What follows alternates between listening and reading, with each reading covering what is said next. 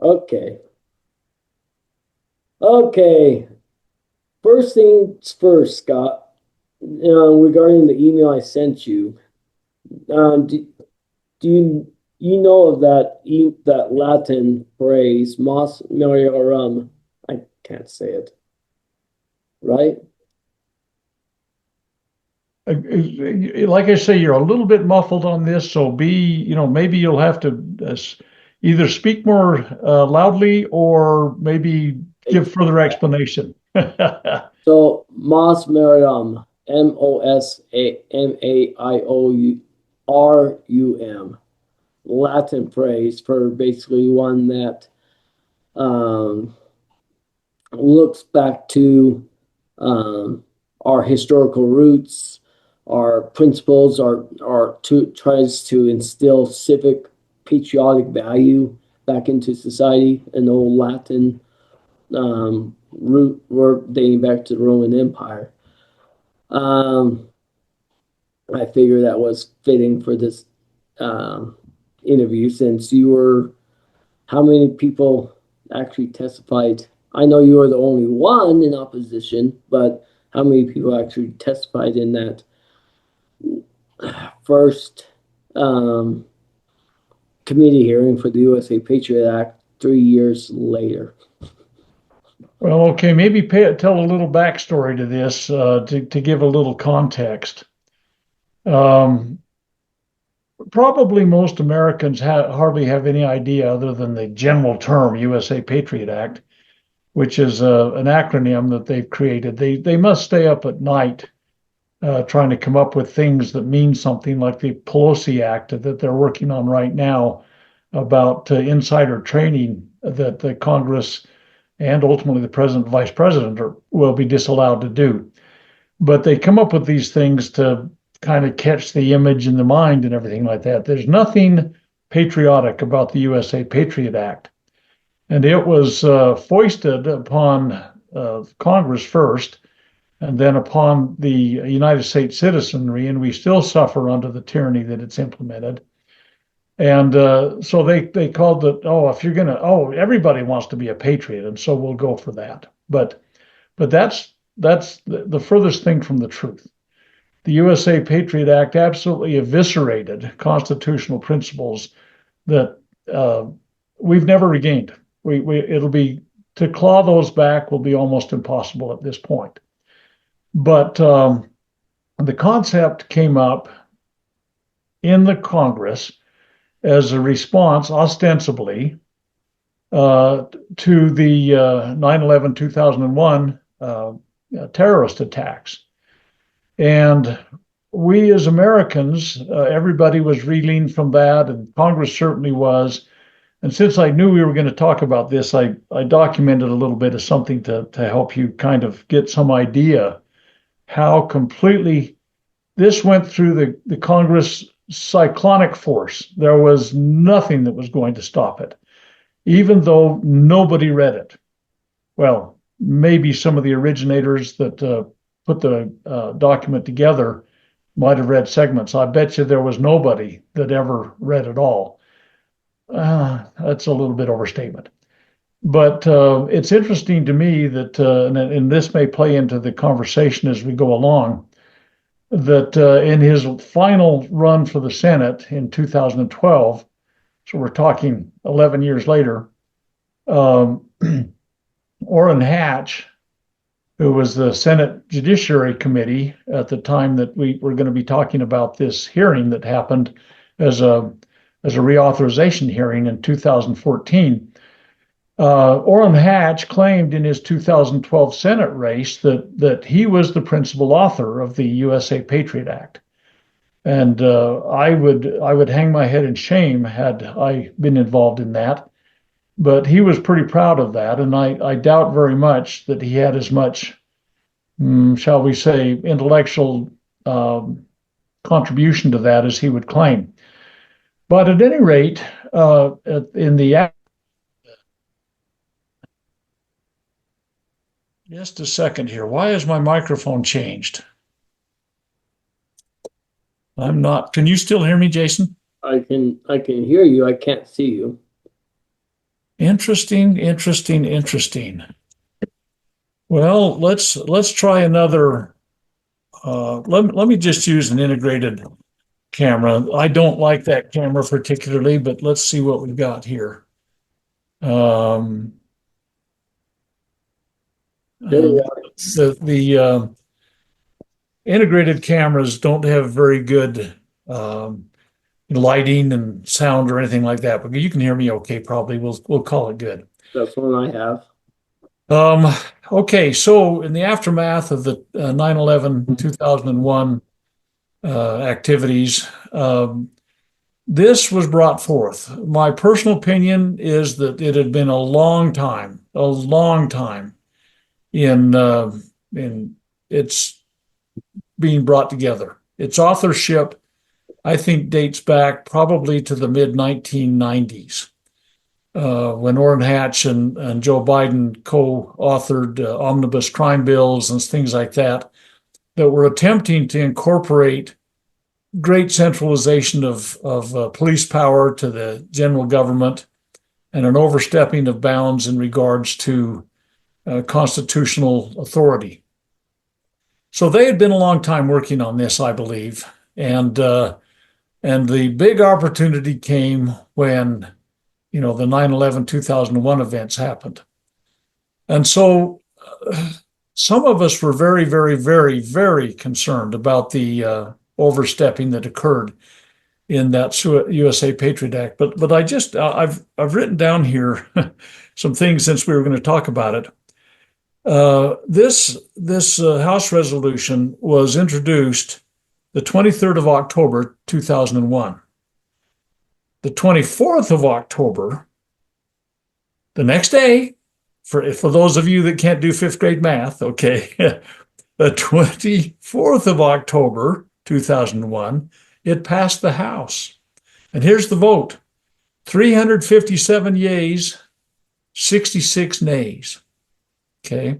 And I'm going to come back to this in just a moment because I personally have read every word of the USA Patriot Act, top to bottom, side to side, annotated it, cross-referenced it, and I guarantee that nobody that was trying to read for understanding anyway could possibly have read it the day and passed it the day after it was introduced. So 23rd of October, it was introduced. The 24th of October, it was passed, 357 to 66 in the House. The next day, can you imagine, 25th of October, it passed the Senate, 98 to 1.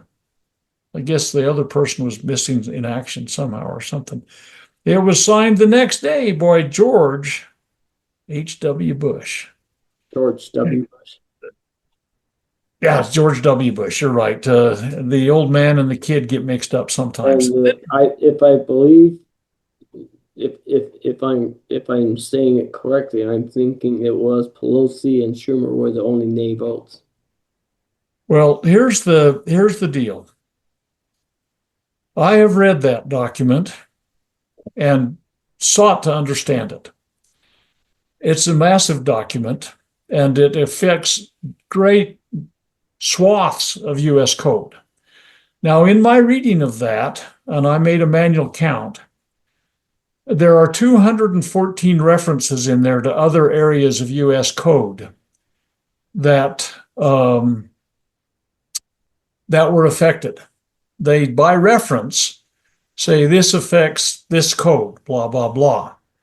214 references in there to other areas of U.S. code that were affected by this huge encroachment on our liberties. But I could not, I did not, I guess I should say, I could have ultimately over time gone in and reviewed all 214 of those. Again, it was a manual counting of 214 other references to other codes. Those codes, I'm not so sure everything that was impacted by those references, incorporated by reference into the USA Patriot Act. A massive, confusing, untethered attempt to destroy the United States Constitution. And the fact that nobody read it, well, again, I read it, but I'm confident that nobody else did, at least in the General Congress, because the document was not even printed and available for reading. So this was a total travesty. Like I say, it was run through the Congress at cyclonic speed, and was just as devastating as a F5 tornado coming on a trailer court. It was a disaster and a mess, and it is continuing today. And so 3 years later, they had a reauthorization clause in there in the 2001 passage that said it had to be reauthorized in 2 years. No, 3 years, excuse me. So 2004. And I had the opportunity to be one that would testify before a Senate Judiciary Committee hearing, which oddly enough, Orrin Hatch was the chair of. Now, after events in 2012, where he claimed to be the principal author of the Patriot Act, show a little bit of shenanigans, in my opinion, to do this. I went to the hearing fully believing that I would be able to. They said they were going to take 5 testimonies from us common folk, that I thought we were going to be able to elucidate our concerns about this. Well, when I got there, there was first up to bat was this guy named Comey. You might have heard about him lately with his FBI stuff and his Russia stuff. And him and another individual whose name evades me or eludes me at this particular time were there representing the federal government view on this thing. And Orrin Hatch proceeded to lob softball questions to them. I should have put a stopwatch on it. Probably would have expired many times before I got done with it. But he lobbed these softball questions to Comey and his cohort. You know how when you're playing wiffle ball with a 5-year-old and you're trying to get them to hit a ball and you underhand give them an opportunity to swing and miss, and you get closer, swing and miss, get closer, swing and miss. They might tick them off into, foul balls or something, but a little kid has a hard time really hitting a home run. But Orrin Hatch gave them every single opportunity to hit a home run. And they bobbled the ball every time. I got the impression Comey would sell his mother to the right highest bidder based upon the kinds of gyrations that they were going through. At any rate, an hour and a half, I don't know what it was, they did this opportunity to present the government's case about why they needed the USA Patriot Act. And in my opinion, there was never anything but a swing and a miss. And then 5 of us came up, kind of like a panel, if you will, at the table. And, at one end was a representative from the ACLU. And their big beef was that the Patriot Act might cause somebody to have their library checkout list looked at. Red herring. Totally bizarre. We had some other pandering individuals that were there, and me, which I hope never was considered as pandering. In fact, the acrimonious exchange between Orrin Hatch and I was trumpeted in the press from sea to shining sea. Of course, journalists, generally speaking, are incestuous, and so they read somebody else's article and somebody else wrote something about it. And Hatch and I did have a very acrimonious exchange. And then there was these other 2 guys. I mean, I thought that the people were going to be able to express their concerns about it, but these people professed to be individuals in businesses that were absolutely 100% completely and totally in favor of the Patriot Act. So it was a mixed bag on the people that were going to be able to supposedly testify with their concerns. And basically nobody had read it except for me. And so I gave, when these businessmen that were in favor of it would talk about how favorable it was to business, I could go chapter and verse in the Patriot Act as to how businesses were going to be adversely impinged upon by the act. And, ex parte orders that businesses were going, ex parte, let's find the term for some that may not have heard of it. It's like a hearing, but before a judge, in which the person that's at risk is not represented. They are not there themselves, and they have no legal representation there. It's a one-sided story told, and the judge acts upon it. And so it's very much a almost a star chamber kind of thing, where an individual that's at risk, could be a defendant or somebody that was being accused of something, whatever, doesn't get to ever say boo, hi, or howdy, and neither does any representation, because they don't have a representative, because they've never been informed, and because there's nobody there representing their interests. And it's always a one-sided kind of thing, ex parte. We do a lot of that stuff nowadays.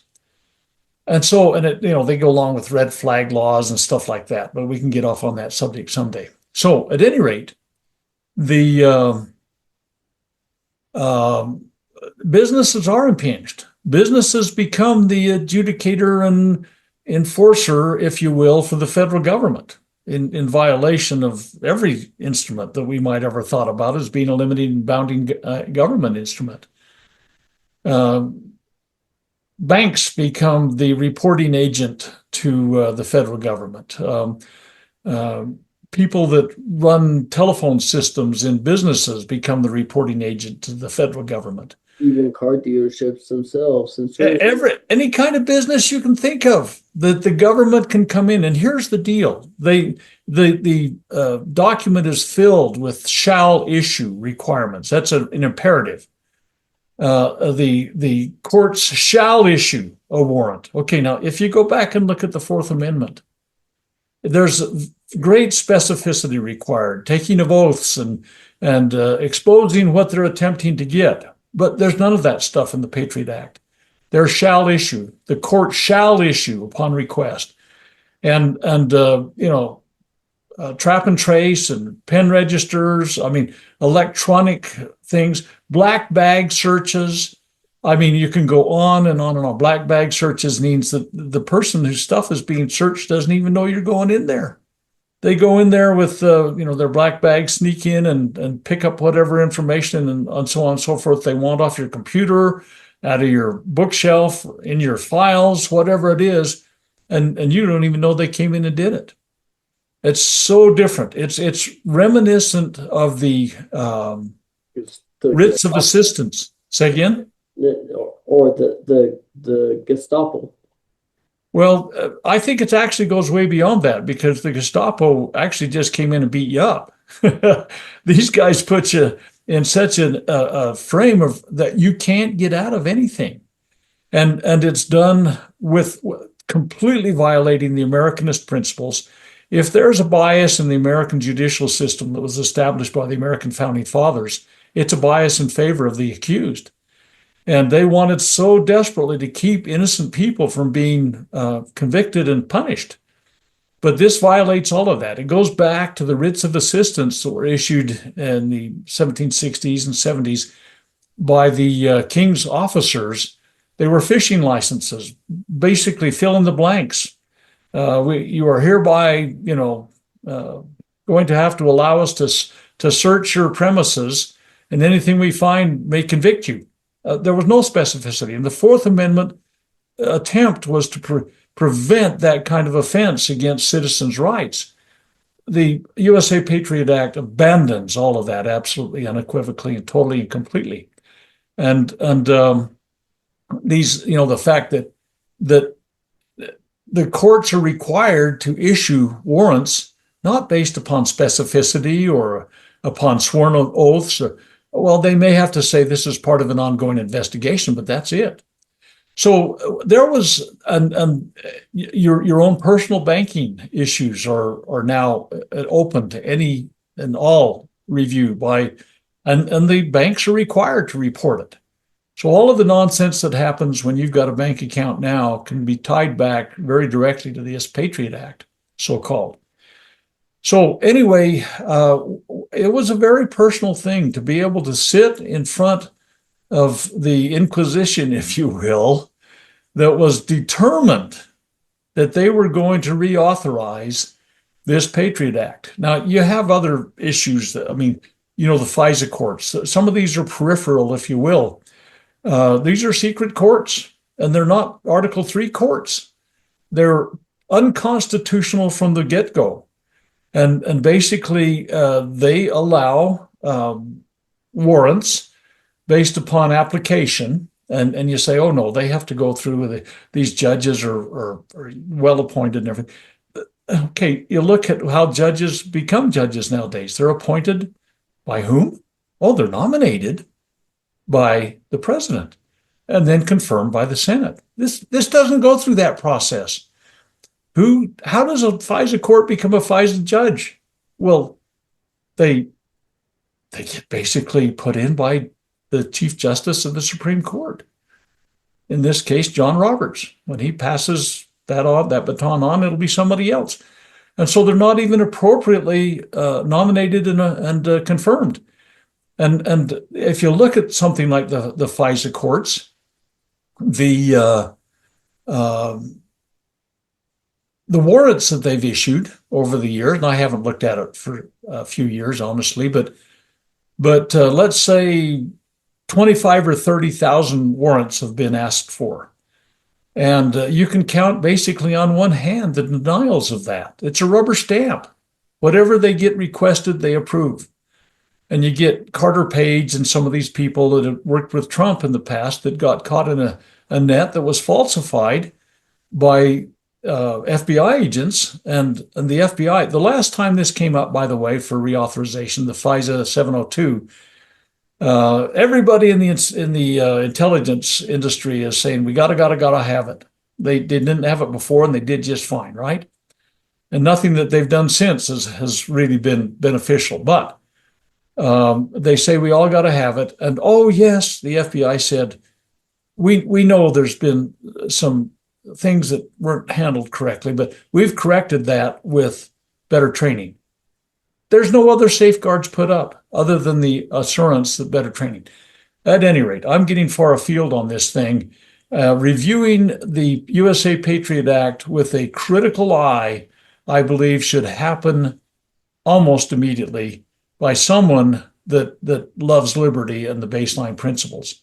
So that's kind of the backstory, how we got roped into this thing. It was a dog and pony show. The foregone conclusion, the Senate Judiciary Committee was going to recommend the reauthorization of the Patriot Act. It got reauthorized. Oh, there's one little thing that came out of it. I guess I ought to, in the interest of fairness, say what happened. The original Patriot Act said that whomever was served a warrant, let's just take, for example, a business that their telecommunications director was brought a warrant that said we want the call records of a given individual. Okay, so the director of telecommunications is sitting there in his office, and he gets this warrant. The Patriot Act prohibited that director of telecommunications from ever getting any counsel about what to do with that warrant. Couldn't talk to the corporate, attorney, couldn't talk to his boss, couldn't even breathe a word that had happened. Okay, so that individual was forever bound by that warrant to never breathe a word of it. Okay. Out of this reauthorization, they said, oh, God, boy, you make a point on that. Let's make it so that they can't breathe a word of it for a year after it's been served.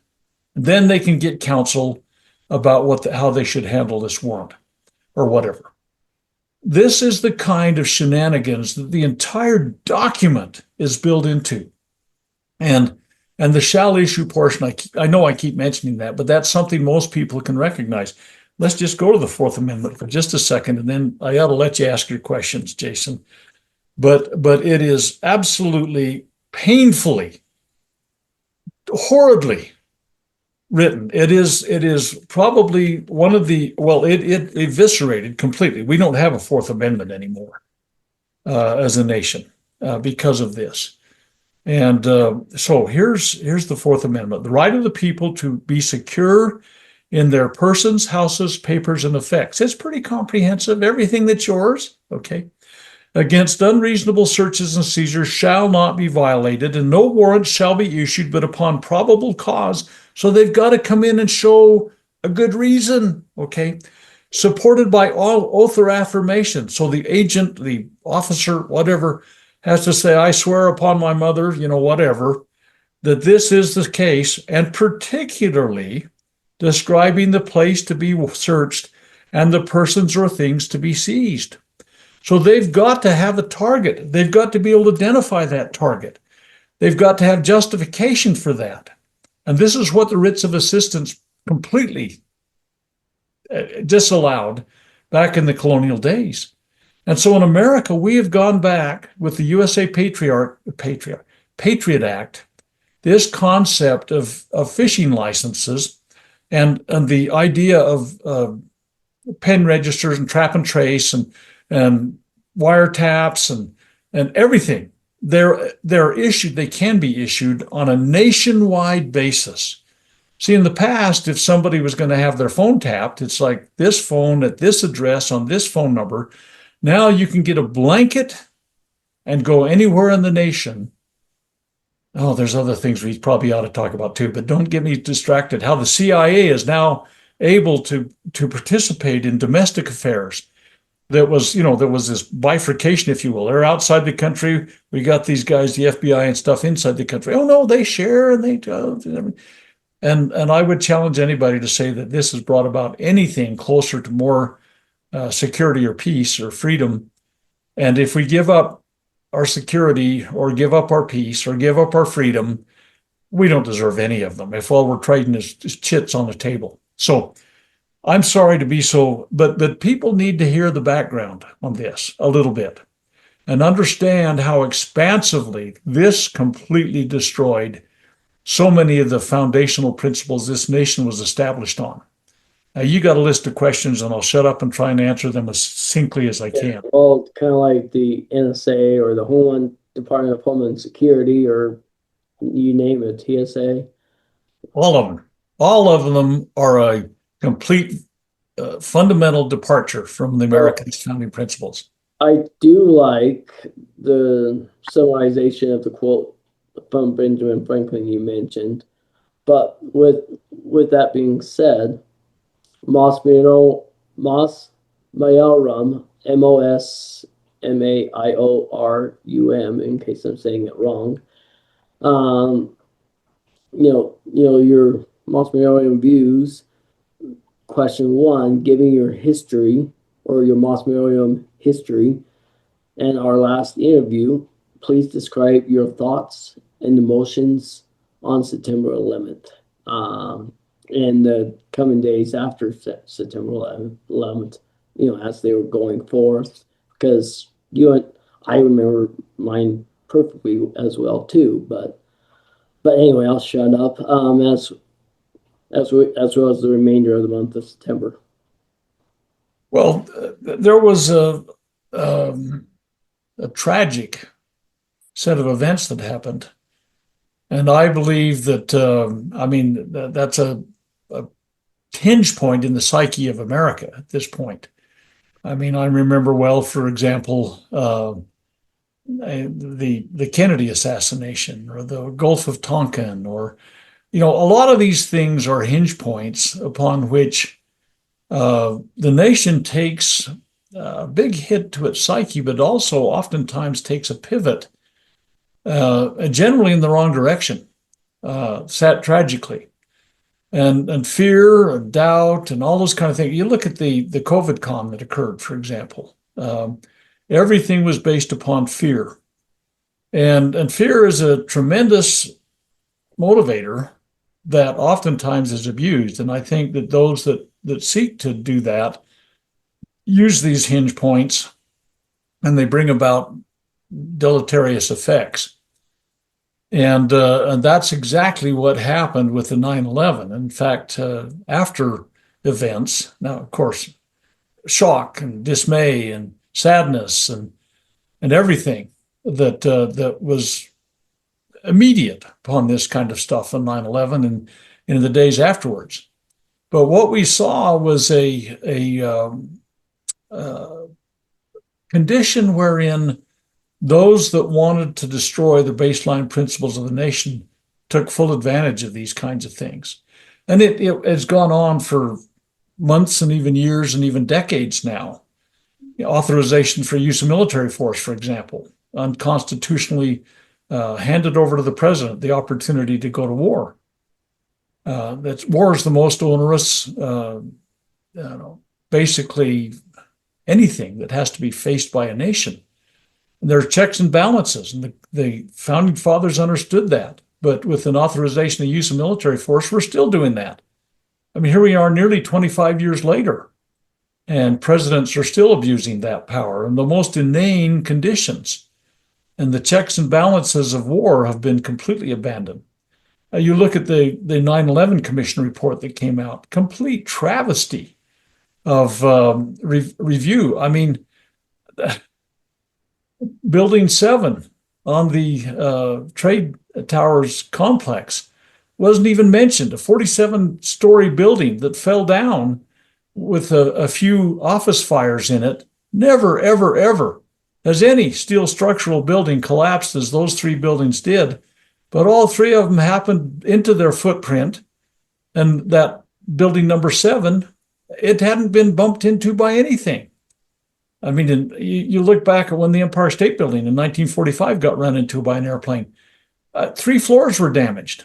I mean, these kinds of things. You look at the architects and engineers that have examined the structural integrity of the buildings that were hit by airplanes.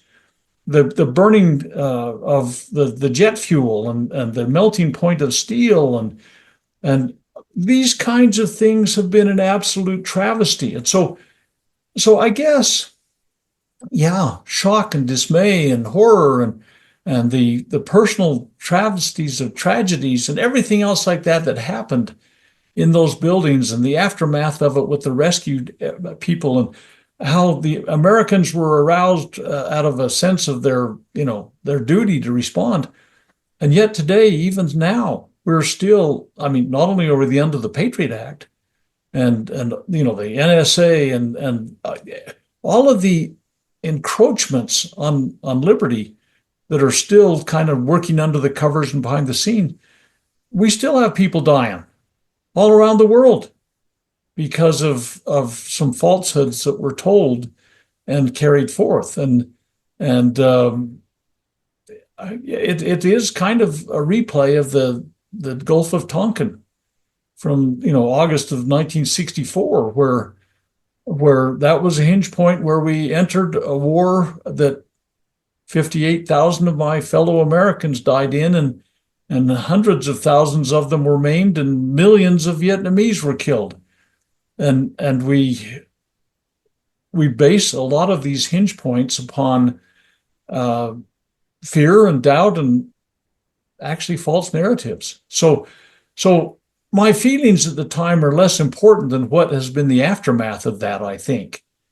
I think that we need to regroup and re-understand. And that was my point in the testimony I gave in the hearing about the reauthorization of the Patriot Act, because you just cannot keep making calibrations away from correct principles and end up being where you ought to be, and so your grandchildren can enjoy some of the blessings that you had. So immediate feelings, I think, need to be tempered over time with greater understanding, and that's kind of where I am on this. And I get these, the Warren report, on the Kennedy assassination, or the 9/11 report, or whatever. These things need to be reviewed, and people need to go, what? Are you kidding me? And I'm sure the 9/11 Commission didn't discuss why anything about Building 10 either, because there were 4 buildings that came down. Yeah, the buildings actually, and we could get sidetracked about that and our personal observations about what happened. I mean, I mentioned Building 7, and it came down just like the others, into its footprint. I have watched plenty of controlled demolitions that were planned, in which they bring a building down into its own footprint. You don't knock it over to one side and crush everything to that side. These planned demolitions bring buildings down in a manner that's absolutely astounding to me. How accurately they can drop these things. I used to be a sawyer when I did wildland firefighting, so I worked a chainsaw, and you could drop a tree on a soda pop can, knowing where you were going to put it by being able to cut the tree down correctly. The big buildings are a lot more scientific than that. And as I watched the morning of 9/11, 2001, those buildings come down. They came down into their own footprint at the speed of gravity, basically. And I watched the piffs of explosive force between floors that was an exact replication of controlled demolitions.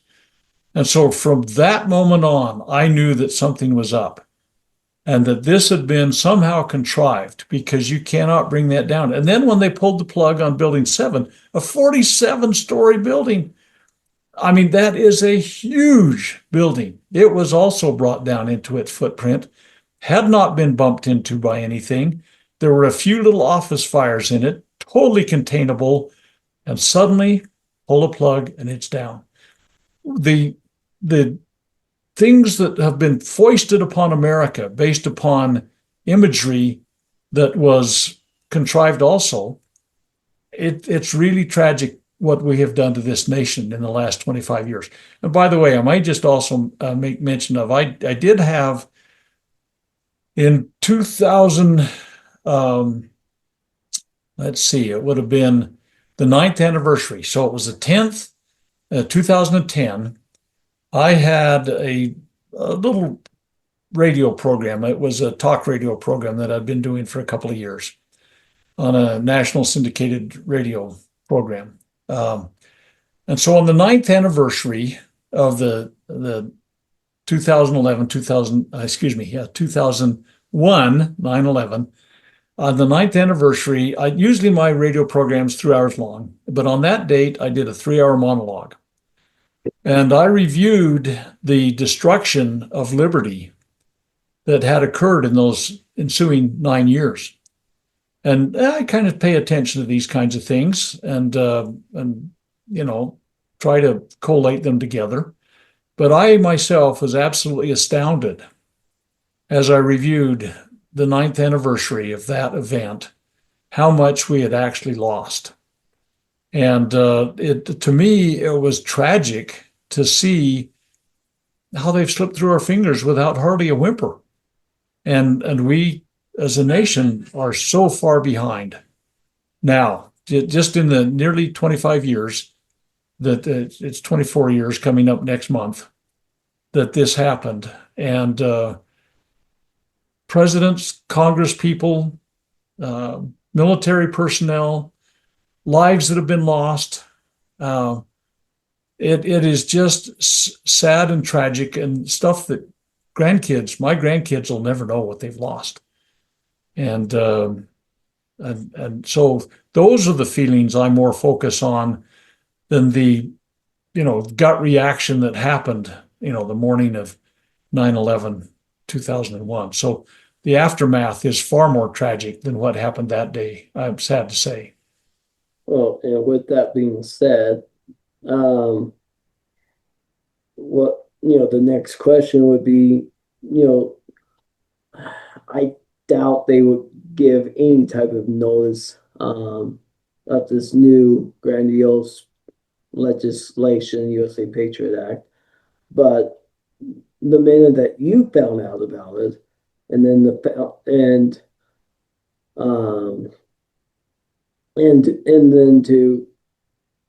not just found out about it, but found out that there were not going to be any committee hearings, how it passed in 3 days. Please describe your thoughts and feelings of that process itself during 2001. Well, again, fear is a huge motivator.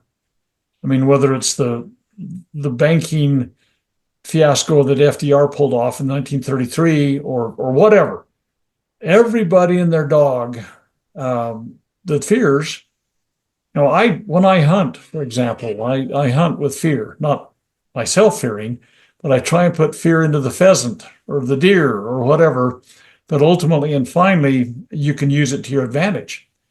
You can get a pheasant to flush by standing still nearby where it's hunkered down.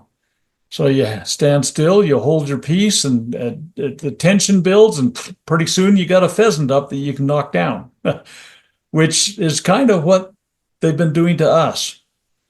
And so I'm kind of, again, it was quite a, I don't know, it was some kind of serendipity that allowed me to testify against the reauthorization of the Patriot Act in 2004. But you're right, there was no notification of anything pending in 2001, at the end of October there. I mean, where they were doing this, and our congressmen and senators, they were in the dark. And so you think about the common folk, us people, that got to live under these things for the rest of our lives and our grandchildren's lives even. We were completely in the dark about it. And we had no concept. And it's like the process, you think about how clumsy, how stilted, how ineffective, inefficient the process of making law is, and it's by design. It's by design to give an opportunity for contrarian positions to be brought forth. And that's basically the whole idea with, for example, the cloture rules for the Senate. It used to be that one senator could prevent moving forward on a bill, and they've modified it over time, so you got to have 60 senators, and now they've screwed that up so bad that both parties are now feeling badly about how they're handling confirmations, for example. But it used to be that the Senate was a place. See, the House is kind of a democracy, if you will. It's not exactly, and I know that, but it's a representative form of government that the people directly elect. Of course, the Senate is now too, since the 17th Amendment, and to the destruction of our republic, largely. They're trying to do that also through the getting rid of the Electoral College and making everything a directly elected office. But be that as it may, the Senate was supposed to counter that rabble-rousing voice of the people kind of stuff that the House always has had. And the Senate was supposed to be more deliberative. They were supposed to be able to, be a little more mature, step back, take a deep breath, be more statesmanlike and everything else like that. But that's all lost and it's gone.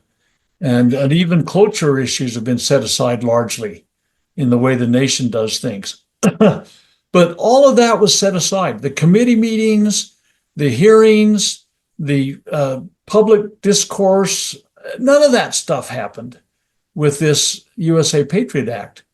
Again, I've used the term cyclonic. You think of a cyclone or tornado or whatever coming through, a freight train on steroids.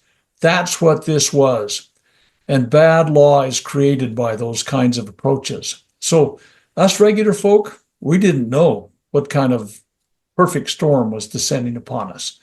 And that's kind of a sad scenario too. And the meat grinder approach, even the Declaration of Independence, with its complete unanimous consent by the founders to pass it, had a meat grinder process to it. Well, if you look at the Constitution, let's just take that. That was May to September. Okay. So think mid-May to mid-September. Okay. These things took deliberative action, and people that were very hard, they had real strong positions, a bicameral, kind of Congress, or, was it going to be representative of population or by states, and all these kind of things. All of these kind of things got hashed, and an exchange of ideas. People said, you know what? I've changed my position. I understand better now why you feel that way. And I think I can get on board with that. Whatever. I'm just, Yeah, three doing what ifs. 3 years from the Constitution being passed to it finally being um, going into effect in 1891, 1791. Sorry. Well, here's kind of the scenario there. 1787, September is when it was signed by the convention goers. They turned it out. They turned it into the Congress and said, our recommendation is you send it out to the states to be ratified. It was ratified, and actually it got ratified by the 9 states by the middle of the summer in 1788. They Mhm. wanted to hang on for Virginia and New York because they were big states. So, and then they started the process of putting the government together. And by April of 1789, well, of course, they elected the Congress and they put the Electoral College together. And in April of 1789, the Electoral College elected George Washington. He was sworn in at the end of the month, and they basically had the Constitution established, but they had committed to do a Bill of Rights. And so they put together by September of 1789 a set of 12 proposed amendments that they sent out to the states for ratification. Only 10 of them were ratified by December 15th of 1791. So by then we had our Bill of Rights and we had Congress and everybody in action and everything like that. It took another 100 years for one of those first 12 amendments to get actually ratified. We still got one out there. But at any rate, so that's kind of the process. It was a deliberative, there was a step-by-step, and this USA Patriot Act thing and all of the precipitous things that have happened ever since have been done as we've stumbled through with a very poor understanding of the way this is ultimately going to play out. So, yeah, people need to understand it takes time sometimes, and that's by design. So speaking of the meat grinder approach, and I cannot remember the name of the bill itself. I want to say it was in 1997. I could be wrong. Where Biden and Hatch co-sponsored the legislation that was far worse than the USA Patriot Act. But I also don't remember it getting much traction either. How much traction did it even have, and what differences were there between that one and the USA Patriot Act, and if not what the name is, because it's suspicious, let alone that you can't find it anymore online. Well, that's part of the problem is some of these omnibus crime bills that they did, for example, were very much similar to the Patriot Act, but they were incorporated into the Patriot Act ultimately. I mean, at least probably the worst elements that they could sneak in there when they knew it was not going to get a hearing. It's kind of astounding to me. Like, for example, let's just take the NAFTA, again, back in the 1990s, North American Free Trade Agreement. And Trump, he in his first campaign against it. Worst thing that ever happened. NAFTA is the worst agreement we've ever had. We'll get rid of that quickly. But what actually happened was when he got in office, and he stopped the Trans-Pacific Partnership, which had a lot of bad things in. They're basically regional arrangements of the United Nations. But he stopped the Trans-Pacific Partnership. Some of us were, absolutely celebrating that. Some of us worked towards that. Some of us had involvement in that kind of stuff. And then he says, we're getting rid of NAFTA. We're replacing it with the USMCA, United States, Mexico, Canada agreement. And what had happened was that the worst elements of the Trans-Pacific Partnership were incorporated into this USMCA, and the NAFTA that was there, the USMCA was 20% worse. So, I mean, these are the kind of things that happen, and they get foisted on people. And some of us, again, were very vocal in opposition to lots of the things from NAFTA forward, obviously. And some of us that have been active in these kinds of things have seen the replacement document is usually worse than the original one. Okay, so we left out some of the things, like for example, the Brady Bill and the 1986 National Firearms Act. We had some real dealings with our congressional representation on some of those things, and we got such inane excuses from them for destroying the Second Amendment. For example, these kinds of things, they have these spins that they put on them, and those of us that care about these things, face to face, toe to toe, nose to nose, if you will, talk to our representatives about these things. And they've got their marching orders, it seems like, and they've got their little talking points, and they go do whatever they darn well please that's destructive to the baseline principles. They seem to have almost zero understanding. And so anyway, I keep seeing these bills that they don't get through. At one point, they add them to another one and they slip it through. And it's very disheartening to see what kind of events are bringing about the destruction of our liberty. So I'm going to do something different. So question 4 and 5, I'm just going to combine it. Okay. As the first committee hearings for the USA Patriot commenced in 2004, please describe your thoughts and experiences and emotions prior to testifying in the Judicial Committee against the USA Patriot Act versus, afterwards, obviously, during, obviously, but also, please describe some of the shenanigans before, during, and after the committee hearing to renew the USA Patriot Act, to reauthorize it. Well, I've given a lot of the kind of the backstory on some of this stuff, but I will say a couple of 2 or 3 things that probably address some of the points that you're making here. Initially, I was quite excited. Oh, somebody's going to get something to say about this. Finally, I'm going to have, be able to take my hat off and sit down and have a discussion with these guys. And so my hopes were pretty high. And my studies of the Patriot Act, because it was in effect at that point, you double down on that kind of thing and you think, wow, man, somebody might even be willing to listen to this. I was totally naive, I guess I should say, knowing in the after effect of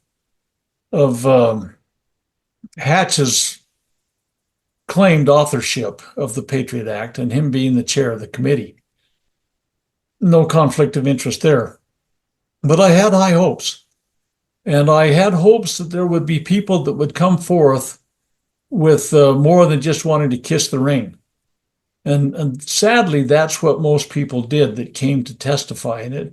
And my high hopes began to crumble the morning of the hearing when I watched Comey and his cohort, and I'm sorry, I can't remember his name right now, bobble the ball. I mean, they were buffoons that they could not even articulate the rational, logic, intelligent reason for reauthorizing this.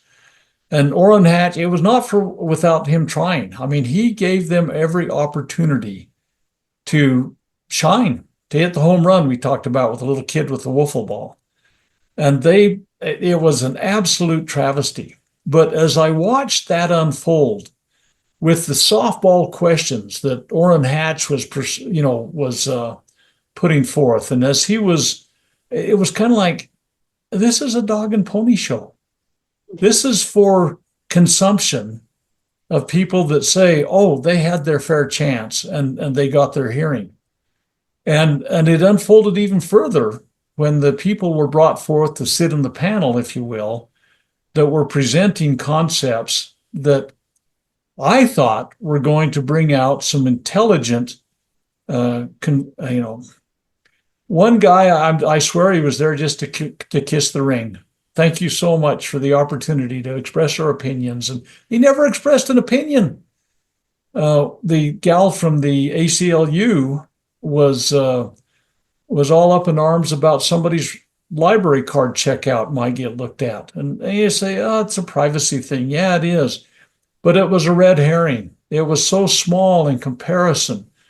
I mean, I don't know when was the last time you checked a book out of the library, and maybe it's a moot issue at this point because nobody uses libraries. We go to the internet and look. Of course, because we got the NSA and everything like that, because of the Patriot Act, by golly, they can track everything. They're tracking this conversation. They track your phone calls, your text messages, your emails, and it's one of those things. And the what? I'm used to it by now. Yeah, well, that's the problem. First endure, pity, then embrace. Alexander Pope was right. And we have become so inoculated to the overwatch that's happening with, George Orwell's concept of Big Brother. And so, as the things unfold, getting back to your question, I don't want to delay it any longer. We've been on the air for quite a while. But the fact of the matter is that my discouragement grew, particularly as I saw that my cohorts on the panel either were totally unwilling to or unable to articulate anything, or they were actually there to support the reauthorization, even though they had no idea what the document said or what impact it would have on them and their businesses. And I broke protocol, I'm sure, when I imposed some statements on them during their time to talk, because I say, no, what you're saying is incorrect. And I turned to the page in the USA Patriot Act and read them what it specifically said and what their duties would be as business people. They had no idea. So discouragement crumbling away, and then Hatch had seeded into the audience people that had loved ones lost in the trade towers and so on. It was a sob story. It totally was just trolling with emotion. And so it was a foregone conclusion.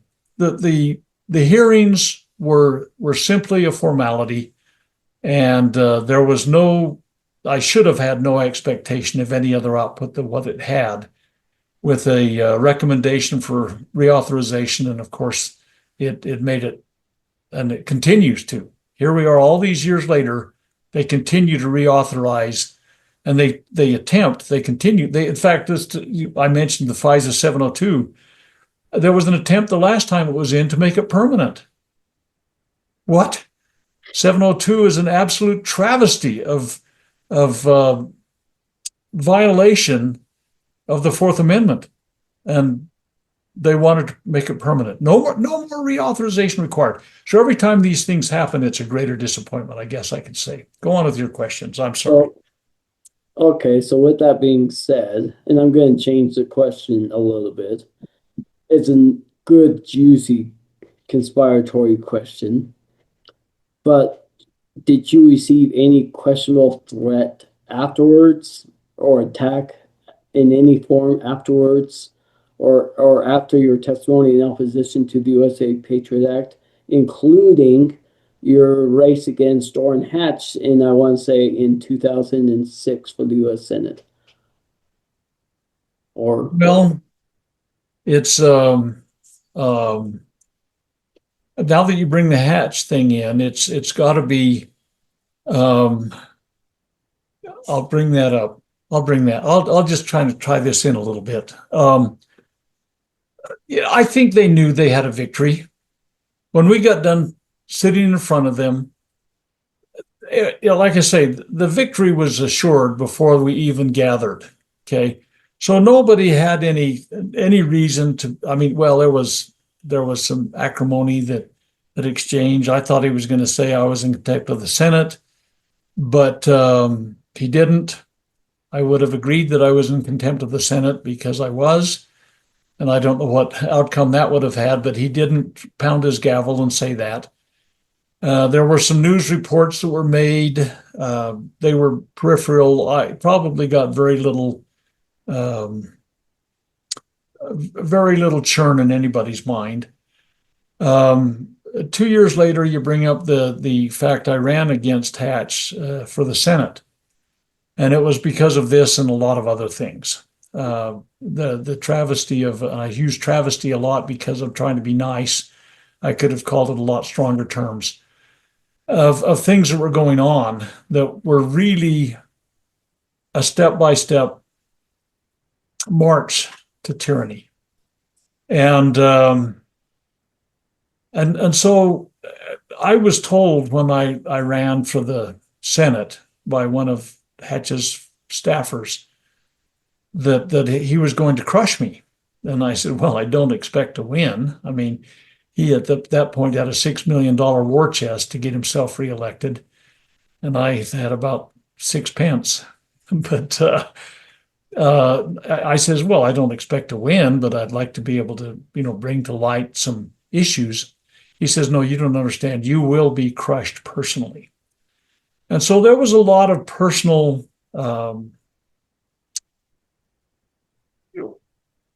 things that happened to us and our family and financially and study that it wasn't a study. It was I was accused of basically some kind of ethics violation because apparently I wasn't worth as much money as they thought I was, and they claimed I hadn't reported all of my assets and stuff like that. I mean, there was just a lot of Mickey Mouse kinds of things that ultimately and finally cost us, I believe, a career and a pension and everything else like that. But that I can't directly attribute that to the testimony in 2004.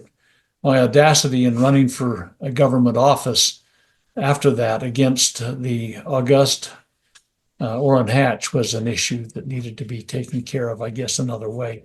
So at any rate, that's kind of, I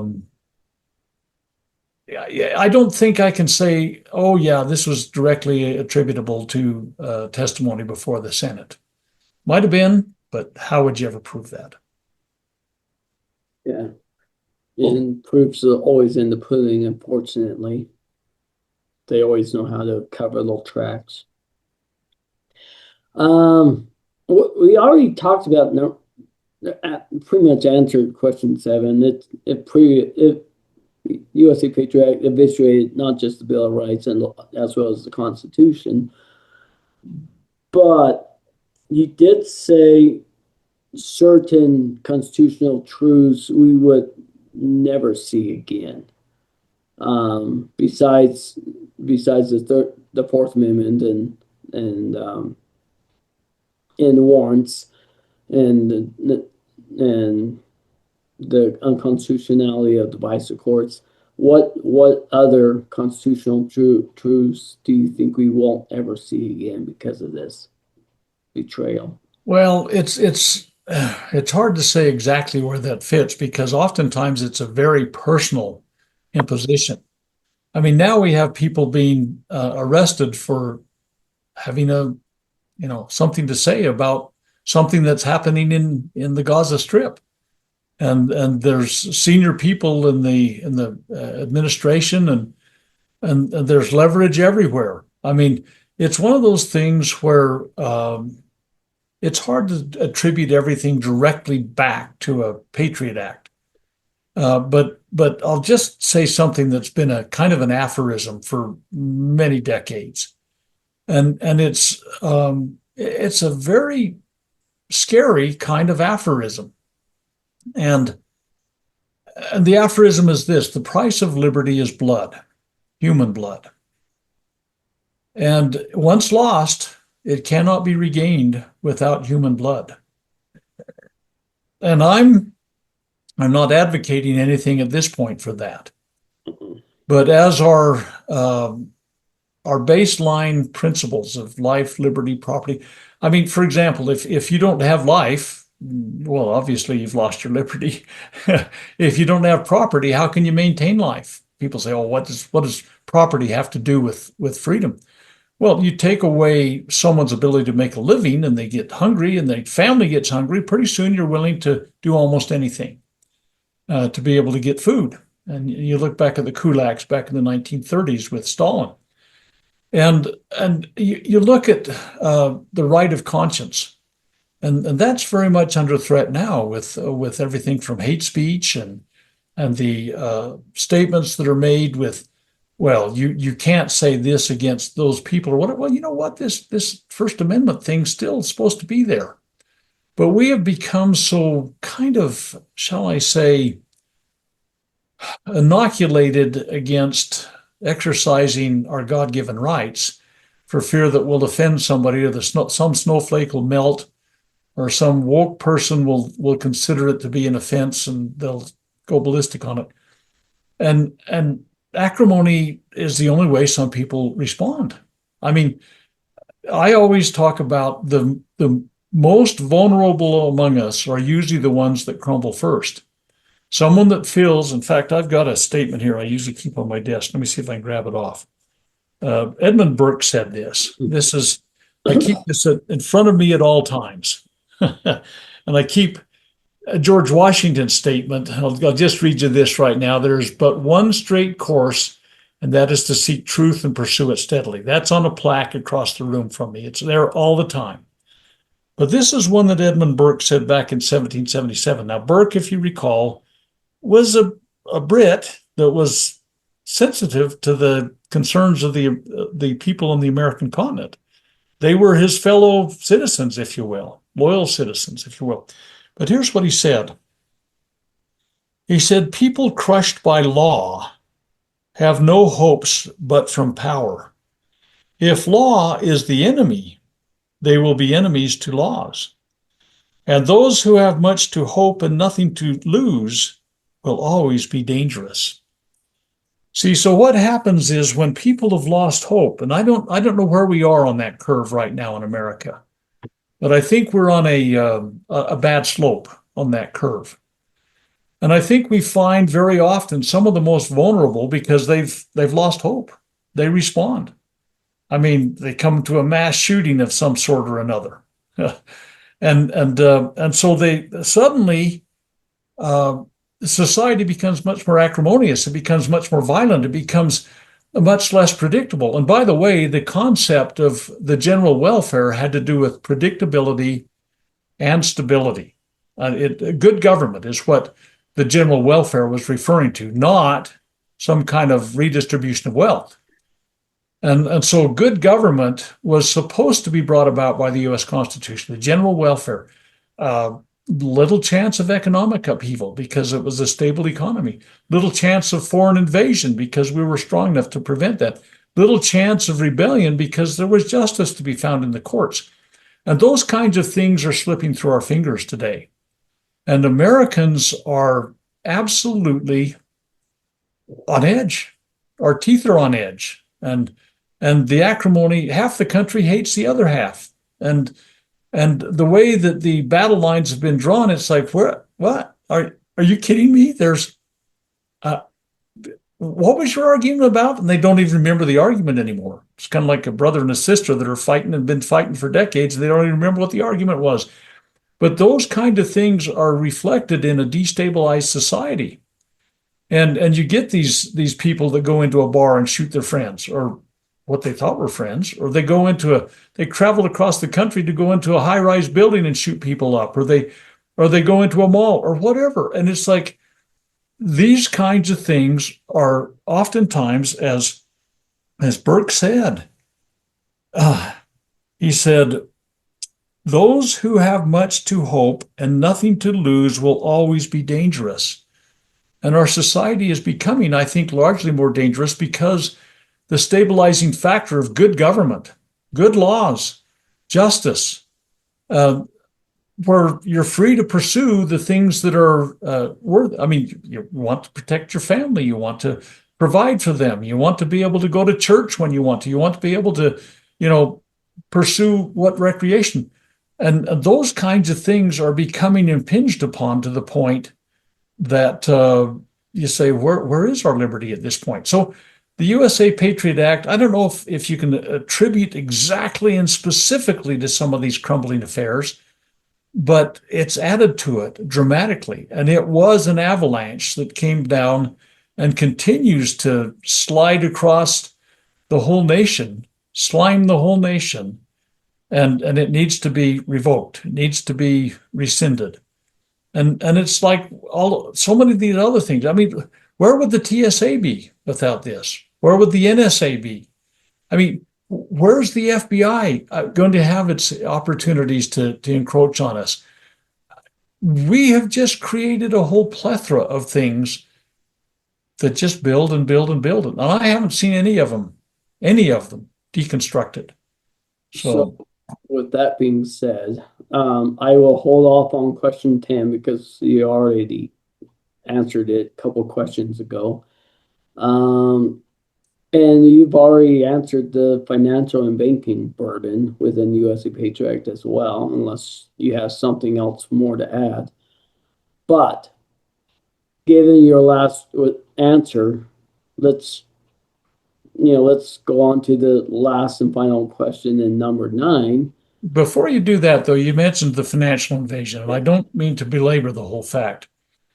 But your banking institution, your financial institution, much like what happened under FDR with his seizing of gold, you couldn't even put gold in a safety deposit box. And in fact, I don't know if it still says it. I haven't had a safety deposit box for probably 45 years.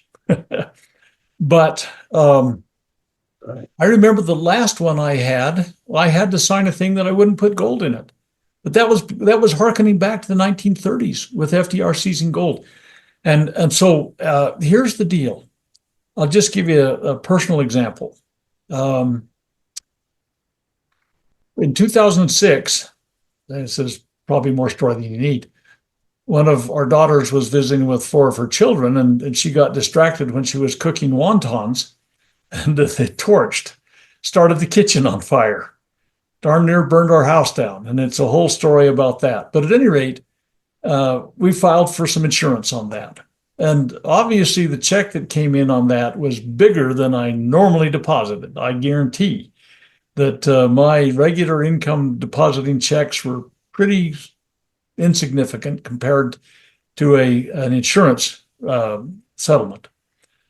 Well, that ended up in a conversation with the bank officer because it was outside my normal financial transactions. And they needed to know where it was coming from and how I got it and all this kind of stuff.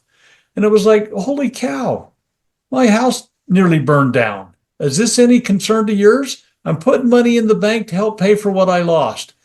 But it was a direct result of the USA Patriot Act.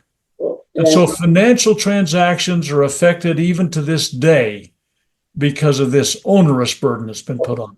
And the inefficiencies of government, those large deposits, you can avoid discussion and signing the piece of paper if it's, I want to say it's like 999 or 900 something, like very close to $1,000 and deposit in cash. You can actually avoid those loopholes. It's like, oh no, not $1,000. Sorry, $10,000. Like 10. Yeah, I think 10,000 is a threshold, Yeah, and just definitely exceeded that. But the point of the matter is, whose business is that? It is not the general government or the local government or anybody. It's between me and the individual that the transition is going on. Just tell you one other quick story. I know we got to end this thing, but I had some personal knowledge about this, not because I was there when Pancho Villa was tromping around northern Mexico and encroaching into America back in 1916. But because of some after things that occurred later on that I came to know about, the story's not worth telling. But Pancho Villa, there's some very, very wealthy ore deposits in northern Mexico, silver deposits. And you think of the Lone Ranger and shooting silver bullets. Okay, well, if silver's that prevalent there that you can make your bullets out of it and send them downrange, that's pretty good silver. And what happened was Pancho Villa was very concerned with the people being able to be financially independent, not dependent upon the tyrant that was in charge, but being able to do financial transactions. Yeah, you can do, a chicken for a pig or whatever you want to do. but he did not want them to have the independence that precious metals brought because you can, do transactions without having, first of all, if you have your own silver, how are they going to track that? And so Pancho Villa went through and he dynamited shut these rich silver mines in northern Mexico so the people could not go out under their sweat equity, get some coin, and go start trading with each other. They wanted to control the economy. By the way, Pancho Villa and his cronies were red flaggers. They were communists. And that's another long story, perhaps. But that's how, if you do not have private property, the ability to try, to buy, to sell, and to fail with in a free economy, you ultimately are under tyranny. The kulaks lost that in the 1930s with Stalin, and millions of them died. But that is what happens when the government, when you get these central bank digital currency things that they're working towards. Those kinds of things ultimately will give total control of the economy, and we've largely had that happen with the Federal Reserve and the Patriot Act and some of these other onerous things. We have lost liberty because economically we're not free as much anymore. And government should have no involvement. If you and I want to trade gold for bicycles, that's between you and me. That has nothing to do with the government that's going to have any say in anything. And that's where we're going with this kind of stuff. The banking, financial, onerous things, they've just begun, my friends. Anyway, ask your last question. Let's call this good. Last one will be juicy and an actual solution. And I'm not sure if you've had much experience regarding this question and the USA Patriot Acts, but at this time in history, were there or are there discussions of nullifying the said acts? And if so, what pushback was seen in attempting to nullify this USA Patriot Act? Okay, other than in my own hopes and dreams, have I seen a nullification effort on this? It was such a railroad. I mean, we talked earlier about the overwhelming majority of people are in favor of it, and the vast majority of Americans would rather be secure than be free. And so I think that there's some of us that would hope to someday do that. I would just like to see it get repealed altogether. I would like to see Congress say, you know what, we should have never passed this, and it's certainly way beyond its time now. But what happens is you get quote unquote intelligence communities within the country. You look at a director of national intelligence that thinks they can't live without the 702 FISA section.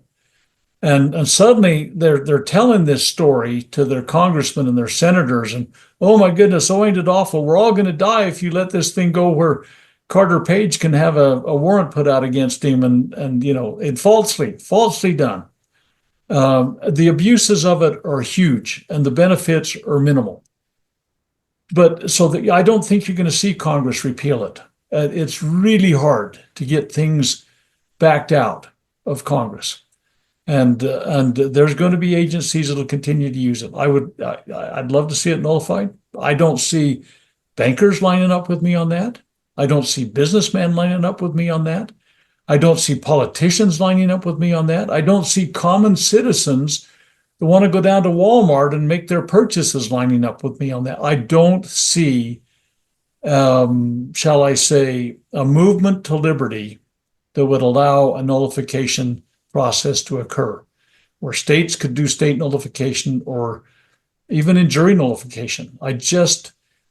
The people are just, hey, you know what? Let's why rock the boat. So I don't see that happening. I can dream about it and hope about it, but I don't see it happening. Well, and I can dream about it too. And I wasn't sure if it has been, but I do remember when I tried running for the state house seat, as well as the state senate against Kurt Bramble, I did draft utilizing your platform for nullification to nullify USA Patriot Act, Federal Reserve Act, along with some others. But yeah, I never got elected. So Yep, I guess we'll get what we deserve at some point, and it's a hard time to look back. I know I got a lot of stories I tell, and we've been on for an hour and a half, but I'll tell you just one other story. Uh, I was speaking in a Wyoming community that was, uh, Wyoming is they're Wild West in a lot of places still. And this whole community, they had hundreds of people there to hear me speak about liberty and the principles of proper government. And really, truly, the community was really very excited about restoring the principles. And there was a guy in the front row that was older than dirty, looked like his boots certainly were. He was an old cowboy. He was all duded out. He's in his jeans and his cowboy shirt with his neckerchief and his cowboy hat and everything. And at the end, I opened it up for questions or comments. And this old guy stood up and he says, "Can I say something?" And I said, "Well, sure." And he turned to the audience and he says, "I'm the only one here that was born free." Now, by the way, I was speaking. This was 2009. And I remember that very well because he told me, he said there, he says, "I'm the only one that was born free. I was born in 1911. I'm going, "Hey, a very fine firearm." But anyway, he says, "I'm the only one that was here that's born free." And so he was 98 years old. And he says, "If you don't listen to this young man up here," and I'm going, "Yeah, me, I'm pretty young." He says, "If you don't listen to this young man up here," he says, "you're going to lose more liberty than you ever thought could be possible." He says, "Your grandchildren have already lost liberty that they'll never know because we have left these principles." And he says, "I remember being free, but we're not anymore. And we've got to go back to these things." And it's like, "Hey, come on up here and talk to this group. I'd love to hear from you." But that's the problem, is the next generation doesn't have a clue what they never saw or heard. If you've never tasted sugar or salt, you don't know what it tastes like. And this cause of liberty is something that we've lost the flavor for in our nation, sadly. And it's because of people like Orrin Hatch and his cohorts that pulled the stunt, and they've continued to foist it on the nation.